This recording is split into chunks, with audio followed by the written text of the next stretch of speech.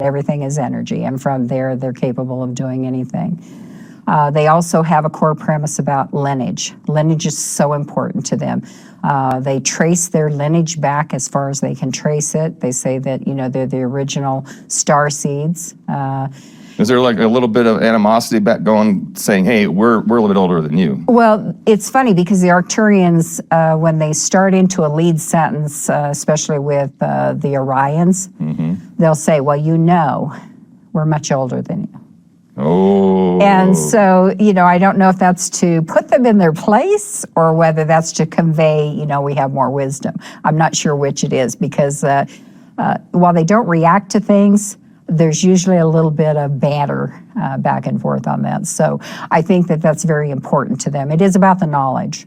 So I believe that, the Arcturians are saying, we've been around far longer, therefore we have more knowledge. You can learn from us too. Do they share it straight across? No, you got to work for it. So I think that's interesting. Well, that is funny, actually. It is, right. So while we say we have a lot of emotions and they don't, I believe that's one way in which they do show some emotion is that you have to work for it. I'm not just going to give it to you. And so I've seen that happen more than once with them. It looks like logic has replaced emotion. Yes. And I'm logically better than you because I have more knowledge. That's an interesting word, too, because they will take critical thinking over logic. Wow. And for a lot of people, they can't distinguish between the two. But they do. They say, we will critically think something through before we will apply logic to it. That's so I think that that's where we should be. But that's one of the core things is looking at that lineage. It's very important to them. It's the way in which they see. So we're talking about the frequency now. All those lineages have a frequency. And so that's what they're identifying us by. We tell people, find out what your cosmic identity is. You can go to our website. We'll show you how to do that because that's the way in which they're seeing us is by our cosmic identity, our origination energy. And so when they're looking at their map or they're getting to know people, it is by that cosmic identity. So we are some of the youngest ones out here right now. Yes, we're the babies. We're the babies. Right. But what I find interesting is they say, our law is based on the 42 universal laws, okay? And we've had a discussion about that before. It's very important. But the number one law is the law of one, that you have unconditional love, you serve others, and that you live by the eternal truths, which are the universal laws. I mean, they look at that and they say, how can you ask for anything more? But what they're talking about really is this thing that is our core being, that spiritual higher self that lives within us. And that's the thing that should be living to these other qualities. So really, we can come up with a lot of different answers, but if we just stick to what they know, this is tried and true. This is where they've been for millions of years. Our evolution would be much better. Off the camera, we talked about the great chain of life. Why don't you tell us about that? Sure. This is another core premise that they have, really, that we all belong to that chain of life, that we all have evolutions that we're supposed to go through. We all have lessons to learn. We all should be becoming a higher state of being. I mean, these are the core principles of that great chain of life, and that it's cyclical. It comes and goes, with the other cycles that are occurring in the universe. And so they really think that that's an important thing to understand. And some people, they feel, or we'll not say people, we'll say beings. Some beings abuse that chain of life by creating dominance over other beings. Right. And they want us to understand that as that chain of life, we should be free, that's what we're meant to be. We were created to, expand the knowledge of the source. And so you can't do that if you're not operating as the unit of source. And so this great chain of life really is about us being able to come together and become part of that living, breathing source. The intelligence of energy, how does that shape the understanding of our universe? Well, in their core memories of how things work, they believe that source is an intelligent energy, that it's self-realized.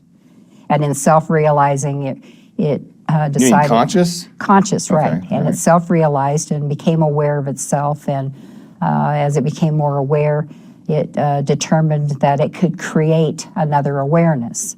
And so that began the creative process. And it is through that learning. So as something is created, that must go on. It becomes part of that chain of life. It has to become aware and on to the next. And so, that's how they see the universe as developing. And there's a couple of times where they've pointed out, look at this nebula. That's what's happening, is that it's becoming self-aware. And I think that's a wonderful thing. I would have never looked at it like that before. But I thought, after I thought about it, I thought, wow, if I was becoming self-aware, I would see all those colors and things because I would have no context with which to put it in.